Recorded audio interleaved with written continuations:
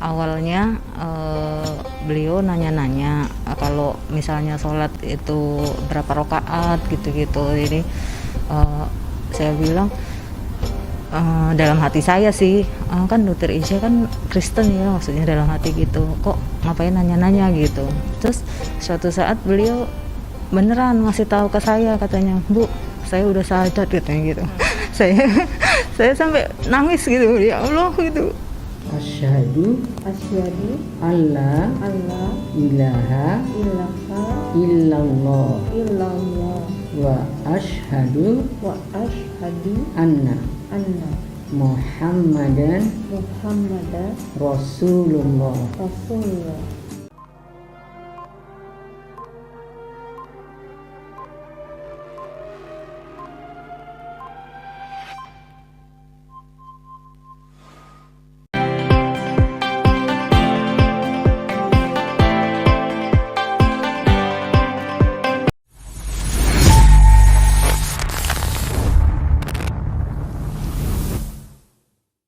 Alhamdulillah, hari ini saya bersama seorang mualaf yang sedang viral dan sangat menginspirasi.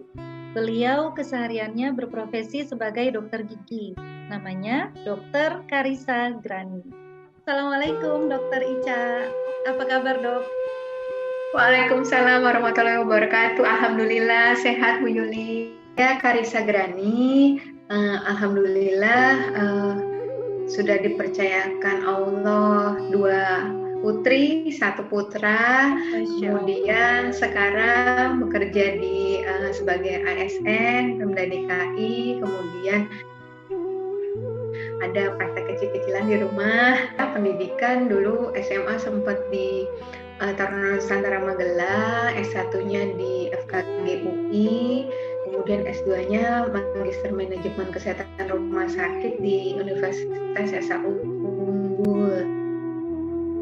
Oh ya, kelahiran mana, Dok? Oh, kelahiran sudah di Jakarta. Kalau orang tua, almarhum Papa kardiolog 5 Juni kemarin meninggal. Kemudian beliau dari Sukabumi Parungkuda ya. Kemudian Mama dari Malang. Setiap mualaf itu kan punya proses hijrah dan kisahnya masing-masing ya, Dok. Begitupun dengan Dokter Ica. Gimana sih, Dok, awal mula dokter mulai jatuh cinta dengan Islam nih, ceritanya gimana? Iya, ya alhamdulillah ya. Mungkin kalau bisa diceritakan tuh agak unik gitu ya. Nggak ngira juga, jangankan orang lain, mungkin saya sendiri juga masih heran-heran kok bisa ya gitu ya. Karena memang nggak pernah ada di pikiran saya gitu akan sampai pada saat ini gitu ya. Jadi waktu awal pandemi tahun lalu, sekitar awal Maret 2020, itu satu hari saya lagi rapat gitu ya di balai kota, kemudian kok bisa-bisanya gitu ya saya melihat seorang muslimah yang memakai niqab itu biasanya saya pandang sebelah mata lah ya, orang yang berpakaian berpenampilan seperti itu, mohon maaf. Nah itu hari itu saya justru melihat betapa mulia sekali orang ini gitu ya. Kenapa? Karena saya lihat kok kita akhir-akhir ini malah jadi seperti beliau ya gitu ya. Maksudnya harus pakai niqab, jadi kita pakai masker ya sekarang kemana-mana gitu kan. Kemudian saat itu baru dibilang nggak boleh berjabat tangan ya. Ada yang pakai siku, ada yang pakai kaki, akhirnya salamannya gitu kan. Saking karena menjaga gitu ya. Dan kalau itu kan sudah dari dulu ya, nggak boleh, apalagi bukan dengan mahramnya kan nggak boleh jabat tangan gitu, karena menjaga wudhu, rajin cuci tangan seperti itu. Nah di situ saya mulai tertarik melihat ajaran-ajaran Islam, tapi baru secara lahiriah sih, belum sampai doktrinnya, ajaran-ajarannya, hikmahnya secara agama tuh belum, tapi lebih ke manfaat secara medis gitu. Manfaat gerakan sholat, waktu wudhu apa aja yang dibersihkan, kemudian beberapa sunnah yang mungkin saya pernah tahu lah di lingkungan kantor, teman-teman suka puasa Senin Kamis dan sebagainya. Di situ saya lihat kok sinkron ya antara ilmu sains gitu, tapi juga secara agamanya masuk juga gitu. Nah dari situ mulai ada ketertarikan sebenarnya. Kemudian muncul juga mulai ragu dengan melakukan ibadah yang agama sebelumnya gitu. Jadi sekitar 2 mingguan itu, even untuk doa kayak makan doang gitu ya, doa mau tidur yang biasa udah otomatis lah ya itu keluar gitu ya. Ketika berhadapan dengan makanan, ketika mau tidur, ketika mau keluar rumah gitu, itu nggak bisa gitu. Nah itu mungkin 2 minggu bagi orang itu singkat, bagi saya itu 2 minggu yang menyiksa banget gitu ya, karena jadi orang yang nggak pede gitu, ketakutan, khawatir, cemas gitu ya, karena kan kita kayak kehilangan pegangan gitu. Nah sampai akhirnya ini saya udah nggak bisa bendung. Saya tahu kalau saya teruskan sebenarnya mungkin akan jadi masalah gitu ya, tapi juga saya nggak mungkin kan seperti ini gitu, nggak beribadah sama sekali gitu, kayak ada yang hilang, ada yang kosong gitu kan. Nah jadi akhirnya ya sudahlah, saya pikir yang penting cari tahu dulu lah, belajar dulu lah gitu ya. Nah akhirnya atas saran satu orang teman itu saya diminta mendatangi Mualaf Center Indonesia. Nah di situ saya dapat janjian hari Minggu, saya ingat betul 15 Maret 2020 itu pukul 9. Jadi 9 kurang 10 saya sudah sampai lokasi. Nah, beliau yang menerima saya, Bu Ustazahnya, Bunda Sri, alhamdulillah, itu beliau bilang, astagfirullah, saya lupa meng-cancel appointment itu ya, hari itu. Harusnya kami sudah mulai nggak terima tamu, mulai hari ini gitu. Nah, terus, tapi udah nggak apa-apa, udah datang, katanya Bunda. Kemudian ya udah saya masuk, nggak lama, ada beberapa orang lagi tamu yang tadinya mungkin mau belajar ngaji ya seperti biasa, itu terpaksa di reschedule gitu. Alhamdulillahnya di situ Bunda masih nerima saya ya, dan beliau nggak tanya latar belakang saya, status saya apa gitu, nggak ada, cuman kenapa kesini gitu ya. Mungkin saya cerita gitu, ya saya seperti tadi saya tertarik dengan Islam karena melihat ini gitu. Kemudian beliau langsung bercerita tentang tauhid, menjelaskan tauhid, rukun iman, rukun Islam gitu. Sekitar 3 jaman menjelang azan zuhur, beliau tanya, sekarang Dokter Karissa mau gimana gitu ya. Terus saya bilang, ya udah saya belajar dulu Bunda gitu kan. Oh boleh, tapi kalau Dokter Karissa belajar ngaji, belajar sholat, nggak dihitung pahala ya, karena kan belum syahadat. Oh gitu Bunda, saya bilang. Oh emang syahadat isinya apa? Saya tanya. Percaya Allah, berdasarkan penjelasan tadi ya, dimana saya tuh ngalir ya air mata tuh selama dijelasin gitu. Terus kayak di hati ada yang berbisik tuh, ya ini yang benar gitu, ini yang saya cari, seperti itu tuh ada di hati, timbul seperti itu ya. Terus ya saya bilang percaya gitu, percaya Muhammad utusan Allah, percaya, saya bilang gitu. Ya udah itu isinya syahadat, ya udah saya syahadat, saya bilang kayak gitu, nggak ada berpikir gimana tuh enggak gitu ya, cuman tahu yang benar ya sudah langsung oke gitu. Langsung Bunda ambilkan gamis, kerudung ya, karena saat itu kan saya memang belum berkerudung. Nah jadi oh iya sempat itu saya di perjalanan menuju situ ada sih kayak dalam hati, ya Allah kalau belum ya Allah masih ya Tuhan, kalau memang ini saya durhaka terhadap orang tua, terhadap suami gitu ya, terhadap engkau sendiri gitu ya, jangan sampai aku tuh sampai ke tempat itu gitu loh, kayak udah sekalian aja cabut nyawa aku juga nggak tahu ini lagi kenapa sih gitu ya, rasanya sih antara iya nggak sih gitu, kok ini aku tuh lagi ngapain gitu, tapi nggak tahu kenapa setelah dijelaskan beliau dibilang kalau masih bergantung pada sesuatu untuk hadir dan sebagainya gitu ya, itu berarti ya belum bisa disebut sebagai Allah, itu masih makhluk gitu ya. Nah di situ tuh kayak ya banget gitu ya, konsep Allah itu di hati saya adalah ya benar-benar yang nggak ada tandingannya lah ya gitu ya, ya cuman satu-satunya gitu ya gitu. Kemudian sudah saat itu Bunda akhirnya saya syahadat, alhamdulillah, sambil latar back soundnya tuh azan zuhur gitu. Itu namanya saat itu Bunda bilang ini ini informal gitu kan. Kalau misalnya Dokter Karissa nanti sudah belajar, sudah lebih yakin mau dengar lagi di masjid dengan saksi yang lebih banyak, silakan kayak gitu. Nah, entah kenapa di situ saya justru merasanya ini nggak informal, ini udah di hadapan Allah dan nggak sebenarnya aku udah nggak punya pilihan untuk balik lagi gitu, karena kan masa mau main-main gitu ya. Nah terus udah akhirnya saya pulang, itu saya ingat saya harus mandi besar, kemudian saya udah beli mukena juga. Untuk pertama kali saya tahu saya udah kena kewajiban sholat asar ya, dari zuhur tadi kena asar saya udah harus sholat. Nah itu berhubung ya tadi karena hari pertama lockdown gitu, itu saya ya di rumah gitu, asarnya nggak bisa jamaah sama siapapun gitu, termasuk ART di rumah juga saya belum berani terbuka ya gitu. Jadi saya sendiri masang YouTube, itu pun cari yang anak-anak gitu, yang nyari doa kitahnya pendek, terus lafaznya tuh yang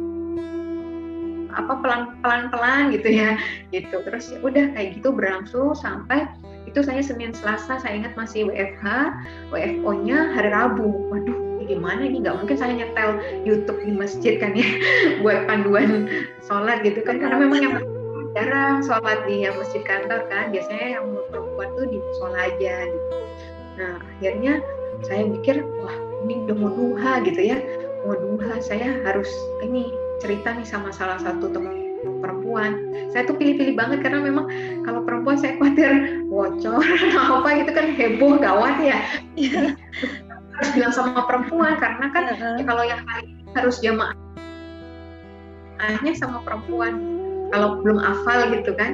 Terus akhirnya saya pilih itu juga yang pakaian jilbabnya tuh udah syar'i gitu ya, udah panjang gitu. Terus saya bilang, Bu, boleh nggak saya ngomong gitu. Akhirnya kamu ngomong di musola. Jangan kaget ya Bu, saya bilang, hari Minggu kemarin saya syahadat. Allahu Akbar, Masya Allah. Orangnya tetap kaget. Terus nangis ya, karena tahu latar belakang keluarga saya gitu kan, suami saya, mantan suami saya gitu. Jadi beliau kok bisa gitu kan, nggak tahu nih Bu, tadi saya seperti tadi saya cerita seperti itu gitu kok. Terus ya udah saya syahadat aja. Waktu aja tahu kalau habis ini Dokter Ica tuh haram sama suami. Nggak tahu Bu, aku bilang gitu. Tapi di situ saya nggak ada rasa, waduh gimana sih ini atau gimana, enggak, cuma ya udah kalau ini harganya yang harus saya bayar untuk suatu kebenaran gitu kan, ya udah saya terima resiko terburuknya lah gitu. Mungkin saya akan jadi sebatang kara ya Bu ya, anak-anak pasti udah nggak sama saya gitu kan, pasti keluarga mungkin juga nggak bisa terima, saya pikir gitu. Terus udah gitu, terus ya udah sejak hari itu saya sama beliau tiap duha, azan zuhur, azan asar itu hilang pasti ke masjid, dan itu mungkin menimbulkan kecurigaan teman-teman kantor juga ya. Nah terus salah satu bapak-bapak juga yang di masjid bilang, kayaknya gue lihat Ica katanya di masjid gitu ya. Terus bilang ke salah satu teman, nggak mungkin lah, salah kali gitu ya. Ya udah foto-foto katanya gitu. Sampai satu sore teman-teman waktu mau pulang tuh nyelamatin saya gitu. Saya bilang, loh aku nggak ulang tahun loh, aku masih lama loh ulang tahunnya, itu kan April. Nah terus habis itu iya saya bilang, loh aku masih lama loh, aku bilang bukan, udah selamat ya, selamat gitu kan. Terus ya udah intinya mereka jadi tahu sejak saat itu mereka support banget. Ada yang kirim Al-Quran, buku-buku, mukena, kemudian link-link kajian kayak gitu. Nah di situ saya nggak ngira banget, jadi waktu itu saya memang belum siap untuk terbuka dengan suami, dengan orang tua ya, dengan keluarga dekat gitu. Karena ya saya rasa ilmu saya belum cukup gitu ya. Saya paling berani ke adik-adik gitu. Waktu itu sempat ada kayak diskusi sedikit lah gitu ya. Aku sempat itu ngangkat, menurut kamu deh, kan adik saya kedokteran umum ya. Dia bilang, kamu kalau ngambil referensi yang the latest one kan, saya bilang yang terbaru kan, saya bilang gitu. Iyalah kata adik saya gitu. Nah menurut kamu kenapa ya kalau memang yang kemarin itu ya adalah istilahnya Tuhan sendiri gitu ya, kenapa kok masih harus diturunkan lagi setelahnya yaitu Nabi Muhammad gitu kan, kenapa nggak itu harusnya kan jadi pamungkas ya, jadi paripurna yang terakhir gitu. Beda dengan nabi-nabi, rasul-rasul yang mungkin dikirim sebelumnya kan ada lagi untuk masanya, ada lagi untuk masanya gitu ya, kenapa kok masih ada lagi gitu. Dan Nabi Muhammad bukan hoax ya, maksudnya emang pernah hidup, banyak saksinya pernah hidup gitu loh. Jadi emang benar-benar ada gitu, benar-benar hadir dan diutus gitu sebagai rasul gitu. Terus di situ itu yang jadi pemikiran saya waktu itu gitu. Nah di situ ya nggak berakhir sih, makanya sejak saat itu saya pikir, waduh ini kayaknya memang bukan untuk diperdebatkan gitu ya, apalagi mau ilmu saya secanggih apapun gitu ya, memang itu kan hidayah ya gitu kan, ketika memang dan Allah yang paling tahu gitu, kita mau diberi hidayah apalagi dengan saya yang minim gitu ya, ilmunya benar-benar ilmu 3 jam penjelasan itu gitu ya. Di situ saya berdoa gitu, ya Allah tolong kasih kesempatan aku belajar dulu, minimal aku bisa katakan terjemahan Quran dulu sebelum akhirnya ketahuan atau aku harus akui ini terhadap keluarga dekat ya, terhadap suami juga termasuk. Nah di situ alhamdulillah Ramadan minggu ketiga itu selesai gitu ya terjemahan Al-Quran gitu. Saya kira mungkin saya akan melakukan sesuatu yang yang perlu dipertanyakan lah minimal ya, atau kontradiksi. Nah di situ enggak, semakin yakin udah masuk di 27 makin yakin gitu. Dan ketemu ayat-ayat, apalagi yang saya paling tertarik tuh setiap ketemu ayat terkait Nabi Isa gitu ya, yang istilahnya ya mungkin saya lebih dulu kenal di agama saya sebelumnya gitu ya, yang ternyata juga berbeda banget gitu ya, bahkan di Quran itu jauh lebih dimuliakan menurut saya gitu ya, dan nggak ada karakter yang gimana ya, kayak kok gini ya gitu. Kalau di Quran tuh kayak Masya Allah gitu. Bahkan Nabi Isa sendiri gitu dalam Quran surat Al-Maidah ayat 116 bilang kan, kalau Allah tanya Nabi Isa, apakah engkau yang menyuruh umatku menyembah engkau dan ibumu ya sebagai Tuhan gitu kan. Terus ya Allah maha suci engkau Allah gitu ya, engkau yang lebih tahu, sekiranya aku sudah melakukan itu engkau yang lebih tahu gitu, dan aku nggak tahu apa-apa ya, engkau mengetahui ada padaku tapi aku tidak mengetahui apa ada padamu gitu kan. Itu sampai seperti itu. Bahkan Nabi Isa mengakui sendiri bahwa beliau lah utusan Allah gitu ya, Allah yang memberi kitab Injil, Allah yang memberi dia kuasa melakukan segala macam gitu ya, dan Allah juga menyuruh untuk menunaikan sholat dan zakat gitu. Jadi ya berarti memang sebenarnya ya benar-benar Islam inilah agama yang diridhoi Allah gitu ya. Inna indallahi Islam gitu, agama yang sempurna di sisi Allah gitu. Nah dari situ ya udah, saya udah bulat aja ya, mau dituduh segala macam lah gitu ya, semua mungkin perkiraan orang ya, karena ya jangan ke orang lain sih, saya aja juga heran gitu, sampai saya sendiri menguji juga diri saya sendiri nih, apa sih kenapa saya sampai yang paling berat itu kan sebenarnya seorang ibu tuh pasti anak-anak gitu ya gitu. Jadi itu yang saya masa iya sih saya, kalau untuk bukan sesuatu yang menurut saya suatu kebenaran gitu ya, masa saya rela gitu ya kehilangan itu gitu, anak-anak terutama waktu itu, saat itu pikir gitu kan. Cuman ya udah, waktu itu saat itu cuma berpikirnya adalah Allah aja gitu ya. Ya udah, kalaupun aku harus sendirian, yang penting aku wafat dalam keadaan Islam gitu. Aku sama Allah aja udah cukup. Allah juga pasti sanggup lah melakukan semuanya, yang nggak mungkin gitu ya, yang kayak misalnya nanti satu saat kembalikan lagi, kalaupun anak-anak nggak bisa sama saya gitu. Waktu itu berpikirnya gitu. Udah di setiap ditanya rencananya akan gimana, saya gelap banget, bener-bener nggak tahu. Saya jawab bener-bener jujur nggak tahu gitu. Bener-bener pasrah, bener-bener saya cuma tahu ini yang benar, ya udah, berapapun harganya ya udah gitu ya. Terus saat itu juga berpikirnya nanti terakhir kan yang di akhirat ya tanggung jawab masing-masing gitu ya Bu ya, gitu. Dan udah saat itu kayak gitu, sampai akhirnya Allah izinkan 15 Mei pertama ketahuan sama suami ibadah Isya gitu ya. Beliau lihat perlengkapan sholat saya, kemudian lihat juga HP yang untuk cadangan ya, kalau teman-teman udah bilang udah memperingati lah gitu ya. Biasalah kalau mualaf kan pasti kejadiannya banyak gitu ya. Nah itu udah ketahuan, terus beliau kasih ultimatum juga untuk menghentikan ini gitu ya. itu untuk saya kembali lagi ngajarin anak-anak ayat yang dulu gitu kan. Kemudian udah di situ saya terpaksa sholat tuh sempat pakai spray, pakai bed cover buat tutup aurat itu.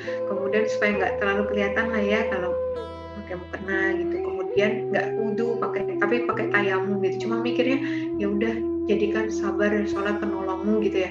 Mau gimana pun keadaannya saya nggak boleh tinggalin sholat gitu ya.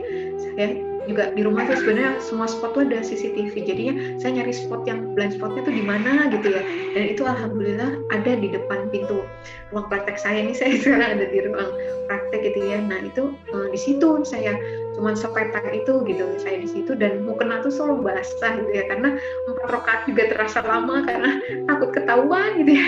Kadang udah rakaat ketiga juga kalau kayak bunyi angka kaki siapapun gitu ya, langsung tuh berhenti gitu, bisa nggak lanjut lagi gitu ya, bisa pulang lagi dari depan gitu, saking khawatir juga gitu kan. Tapi ya udah, kemudian berlangsung terus sampai puncaknya 31 Mei. Saya ingat tuh waktu itu, nah kali ini mau tahajud, jadi jam 3 jam 4 pagi gitu. Nah udah takbiratul ihram gitu. Jadi kalau biasanya lagi mau ngaji gitu sempat dibuka pintunya, saya masih sempat buka mukena, sempat rapi-rapi, sempat nutup Quran. Tapi ini udah mau sholat ini kan ngapain kamu, terus dari keluar. Kemudian ya udah gitu, namanya mungkin orang shock ya Bu. Jadi kalau shock ya otomatis lah gitu, di luar kendali beliau mungkin itu ya. Saya mengalami KDRT gitu. Nah di situ saya sempat memang teriak sih, maksudnya Dedi sakit nah gitu. Nah terus habis itu saya dibawa ke rumah mertua gitu. Nah terus di rumah mertua juga beliau sampaikan semuanya. Kemudian juga sempat dibilang, ini kamu nggak sadar kemarin kamu kena azab. Saya kena penipuan masker Bu, sebulan setelah syahadat. Nah itu dibilangnya itu azabnya gitu kan. Tapi di situ saya diem aja juga. Itu masih Ramadan ya, saya dikasih air minum juga 2 kali suruh minum. Itu saya tempel di bibir doang gitu ya. Saya bertahan, kalau bisa saya coba tetap puasa gitu, walaupun kan tadi berarti nggak sholat subuh, nggak sahur karena langsung dibawa gitu kan ke rumah mertua. Tapi ya mudah-mudahan Allah mengampuni saya gitu ya. Saya tetap gitu. Kemudian udah saya di jalan pulang maupun pergi itu saya zikir, cuma tahu 2 doa saat itu, doa Nabi Yunus sama doa Nabi Ibrahim. Itu saja yang saya ulang-ulang gitu ya dalam hati, mau dikatain apapun gitu. Jadi selama ini kamu berdoa pada yang dulu itu lah ya, itu kamu berdoa ke siapa gitu, yang nolongin kamu, mujizat yang kamu alami itu siapa yang nolongin itu. Tapi saya bilang ya Allah ya, maksudnya ya Allah bisa pakai kasih kuasa kepada siapapun gitu ya, gitu kan maksudnya. Nah terus sudah saat itu tapi nggak saya jawab sih. Nah tapi udah akhirnya saya pulang ke rumah, alhamdulillah beliau tidur itu, mungkin lelah ya. Nah saya berhubung anak-anak sudah bangun, saya mandiin anak-anak gitu. Ketika mandiin anak saya, pembantu di rumah bilang, Bu di depan ada polisi gitu, ada 3 orang. Saya keluar, saya malah usir sempat. Saya bilang kenapa Pak gitu, tadi saya ada laporan gitu, tadi pagi ada keributan gitu kan. Terus oh iya tapi udah ini saya lagi tidur, nanti kalau ketahuan dikira saya ngelaporin nanti saya lebih dimarahin lagi. Saya bilang pulang aja Pak gitu. Saya bilang itu ibu diapain aja, ditanya sama polisinya. Enggak, itu suami saya kan lawyer, beliau tahu titik mana yang nggak bekas di visum gitu. Saya bilang oh itu apa yang di pelipis itu udah mulai memarnya, ternyata mulai kelihatan gitu kan. Kemudian apa itu yang di bibir gitu kan. Terus habis itu ibu diapain lagi, di rumah mertua sempat dipukul pahanya. Saya bilang pas dibuka sama polwan masih ada bekas ruas jarinya itu Bu, jadi katanya nggak bisa, harus ikut katanya. Jadi saya hari itu juga harus visum di rumah sakit ini waktu itu. Kemudian langsung BAP ya Bu. Duh saya pulang Pak, itu saya bolak-balik minta, saya takut keburu bangun gitu, mau pulang tapi nggak bisa. Tapi ya itu mungkin bagian dari semua rancangan Allah ya. Saya nggak pernah pikir untuk masa ngelaporin bapaknya anak-anak gitu kan. Gitu. Tapi ternyata setelah itu Allah bermaksud, ada maksud Allah, proses itu tetap berjalan sampai akhirnya sudah dilimpahkan kejaksaan. Beliau minta saya mencabut laporan gitu. Di situ saya minta, tapi syarat apapun yang saya usulkan, beliau akan setuju gitu. Nah, alhamdulillah saya bilang ya udah, saya dengan keyakinan saya sekarang saya harus cerai baik-baik gitu kan. Kemudian hak asuh anak biar sama saya aja, harta bersama buat anak-anak aja gitu. Dan alhamdulillah beliau setuju, laporan juga dicabut. Jadi berakhir dengan damai ya gitu. Nah itu oh ya, jadi waktu 31 Mei itu dalam kepanikan itu ya saya sempat, alhamdulillahnya lawyer bawa saya bukan ke Tarakan, Tokosa gitu ya, saya sendirian, tapi alhamdulillah dibawa ke pondok pesantren apa gitu ya. Jadi ya nggak jadi bengong-bengong nggak jelas gitu ya, melo-melo gitu, tapi jadinya alhamdulillah malah dapat banyak pelajaran, termasuk adab-adab yang selama ini saya nggak pernah tahu dalam kehidupan keseharian seorang muslim gitu. Nah itu di situ saya pelajari, dan bonusnya lagi gitu, yang saya pikir saya akan sebatang kara tapi anak-anak bisa ikut sama saya. Alhamdulillah dimudahkan, anak-anak tuh bisa saya bawa keluar gitu dari rumah gitu. Terus saya waktu bilang, Mbak, Bapak udah bangun belum? Ya udah sekarang saya jemput, nggak usah bawa apa-apa, bener-bener yang di badan gitu. Jadi kami sempat mandi 2 hari itu tapi nggak ganti baju karena nunggu pakaian bekas gitu dari teman-teman, karena benar-benar nggak bawa apa-apa. Terus abis itu ya di situ ya ujiannya gitu, dimana namanya anak-anak ya mungkin tetap kaget ya walaupun nggak kelihatan gitu ya. Seminggu tuh mereka nggak full, minum susu nggak habis, makan nggak habis gitu ya.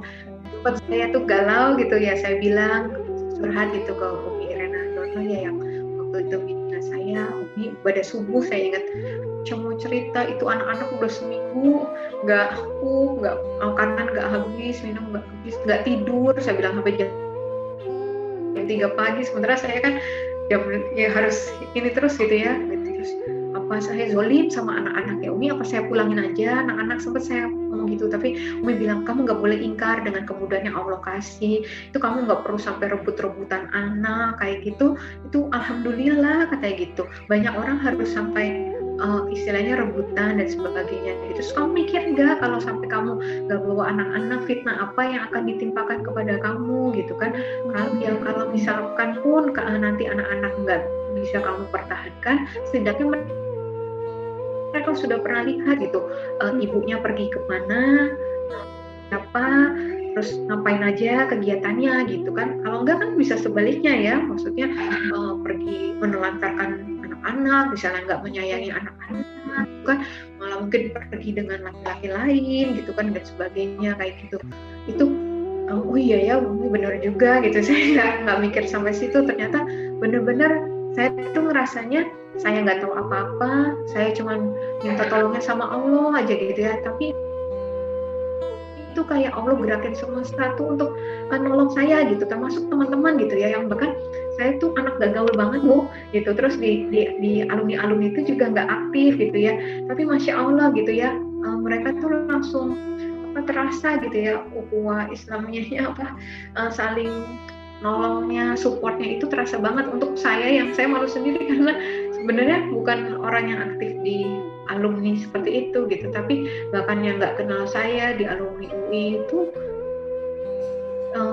dari angkatan yang tahun-tahun lama pun itu istilahnya menggalang dana buat saya gitu ya, mereka mungkin nggak kenal gitu ya.